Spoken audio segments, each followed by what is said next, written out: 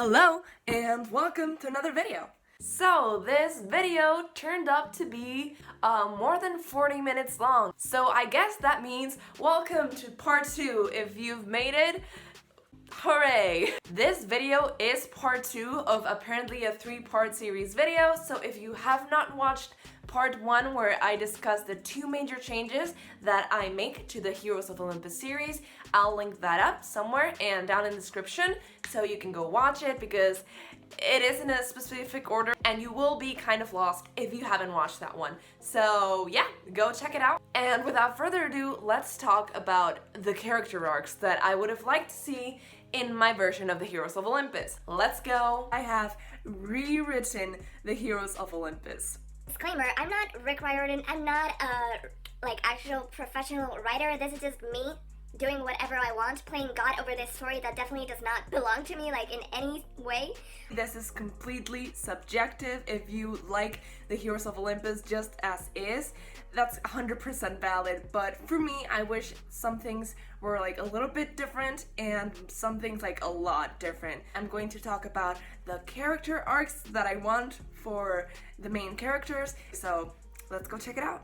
Okay, so since this video I feel like is going to take forever because I just love rambling on about the Heroes of Olympus, let's do a speed round of their character arcs, which I have so lovingly color-coded on this beautiful piece of paper. So, number 1, we have Annabeth.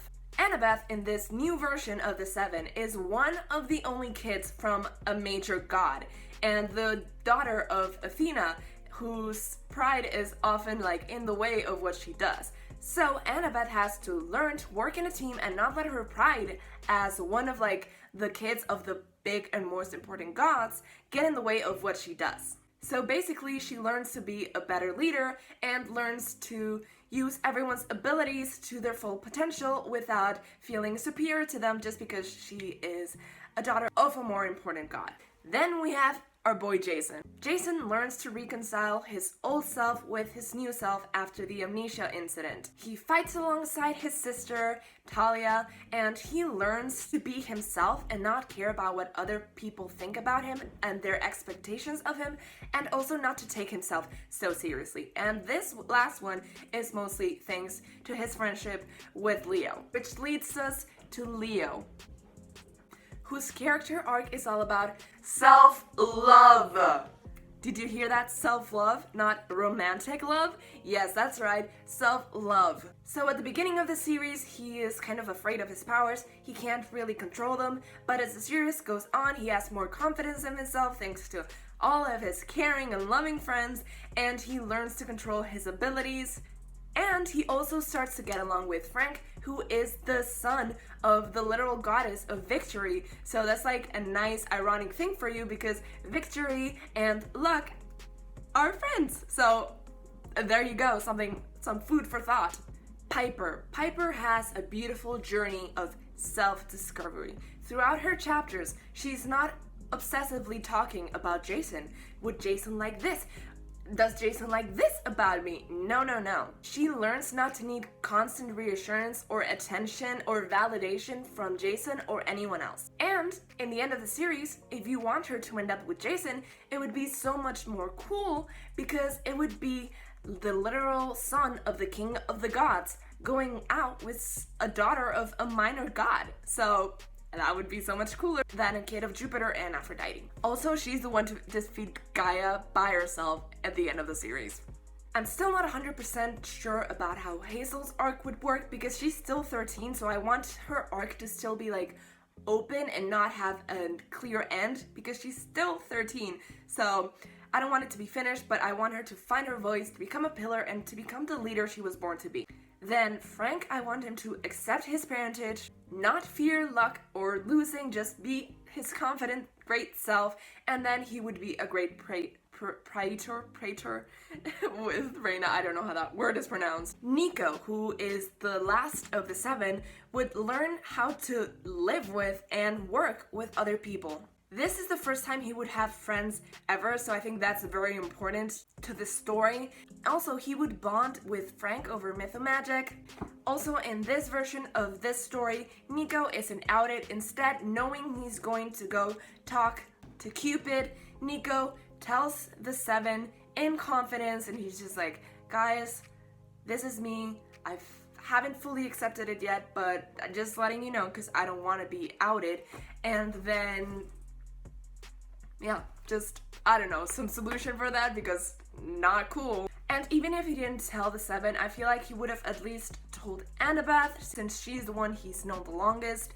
Since they can both agree that, yeah, it's very easy to have a crush on Percy, and then maybe he would tell Jason since he's the one he trusts the most out of the 7, except for Annabeth, and he's the one he's going on that quest with. And then, he's not part of the 7 in this story, but Percy would still be an important part of the series, just not one of the main characters. And Percy would learn to let people go, to not have to be in control of everything, and to not have to be the one who always self-sacrifice. So he would learn to trust Annabeth and her own abilities, and let her go and do her own quest. But at the same time, he would still work with Annabeth through their shared trauma at Tartarus.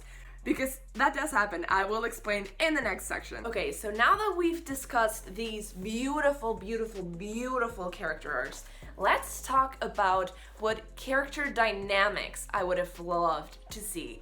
So basically, the characters dynamics that we got from the Heroes of Olympus were the first trio, the second trio, the 7, although we barely get to see them together except for the parts where they're like dumping exposition to each other, so they're not really like talking amongst friends. They're just literally catching each other up onto what has happened until that point because they weren't present in each other's chapters. So we don't really get to see the 7 truly bond as the 7. Besides the trio, the other trio, and the 7, we only get to see the couples. So we get Persebeth, Jasper, Frazel, and poor Leo being alone, and then poor Leo being in part of Cleo. So I can't really say I'm happy about that because I'm not, and that would be lying, so I'm not going to say it. And I'm going to say what I would have liked to see. This is obviously completely objective. No, this is obviously completely subjective. It's just my point of view, and it's just the character dynamics that I usually like to see in books or TV. So, first of all, since in my version of the Heroes of Olympus, Percy is not present for most of it, so Annabeth would be the supreme leader of the 7, as it should be. She's literally the daughter of the goddess of wisdom and war strategy. Why would you have anyone else as a leader? So, since she's the leader, I would love to see her friendship with Jason. Because when you take Percy out of the equation, there's no like needless tension between the two to be the leaders, because Annabeth would love to talk strategy with Jason, I feel like, and Jason would feel like a sense of relief of not having to be the only leader around and not having to be the one to make all the decisions and not being the one that people look to just because he's the son of Jupiter. And I think that would be a really cool dynamic to see. I feel like Annabeth and Jason would get along beautifully, and I would have loved to see that because we get to see Annabeth's relationship with people who are like opposite to her. So we see Annabeth a lot with Percy, who is like very opposite from Annabeth, as we all know, and then we see her a lot with Piper, who is also very different from her, as we see in their chapter that they get in Blood of Olympus, because Annabeth is all about the brains and the plans and everything, while Piper is all about instincts and feelings, and those are all great. But get this, what would it be like to see Annabeth interact with someone who is more like her? I want that, because we only get characters who are completely different from her, so I want to see Annabeth be friends with someone similar to her. But I also would love to see Annabeth and Piper be friends. We kind of see that, but not enough. I don't think they get a single chapter until Blood of Olympus where it's just the two of them being friends.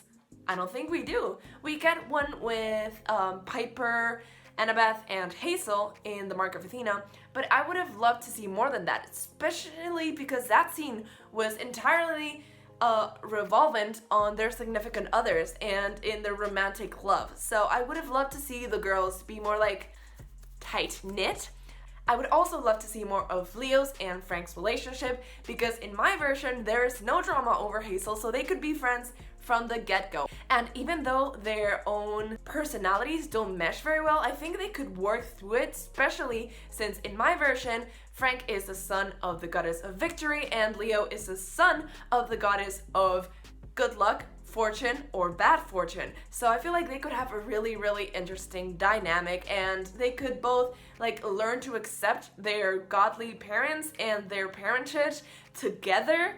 Also, don't get me started on Leo and Nico, because we got a little bit of that in the 4th book, but just like the tiniest hint. In my version, we could get it all throughout the first 4 books. Can you imagine? That would be the best comedic duo. It's the comedic duo we deserve. And I feel like Leo doesn't like pull his punches, so like he would get him out of his shell. I believe Leo could do it. And also finally, I would love to see Nico interact with Annabeth, because they have barely interacted and I feel like they could bond a lot over their shared trauma. Annabeth and him could talk about what happened during the Titan's Curse, and I feel like, I don't know, I wish they would just let those two interact. And yeah, that's basically it for the character dynamics I would have loved to see. Obviously, I would have loved the 7 to interact with each other more often as a group, but unfortunately we don't get that. But in my version, we will, and I guess you guys will see that when I post part 3 of this video, where I talk specifically about how I would rewrite each of the 5 books in the Heroes of Olympus, so stay tuned for that. You know, when I woke up today, I didn't plan on making a 30-minute video about rewriting the Heroes of Olympus, but here we are. I hope you guys liked it. Leave a like if you did. Leave a comment telling me if you agree or disagree with the liberties I took while rewriting this series. And please subscribe if you haven't yet, and click that bell button so you get notifications every time I post a new video. I post videos twice a week on my channel, so there's a lot of content from me. And I guess I'll see you guys next time. Bye!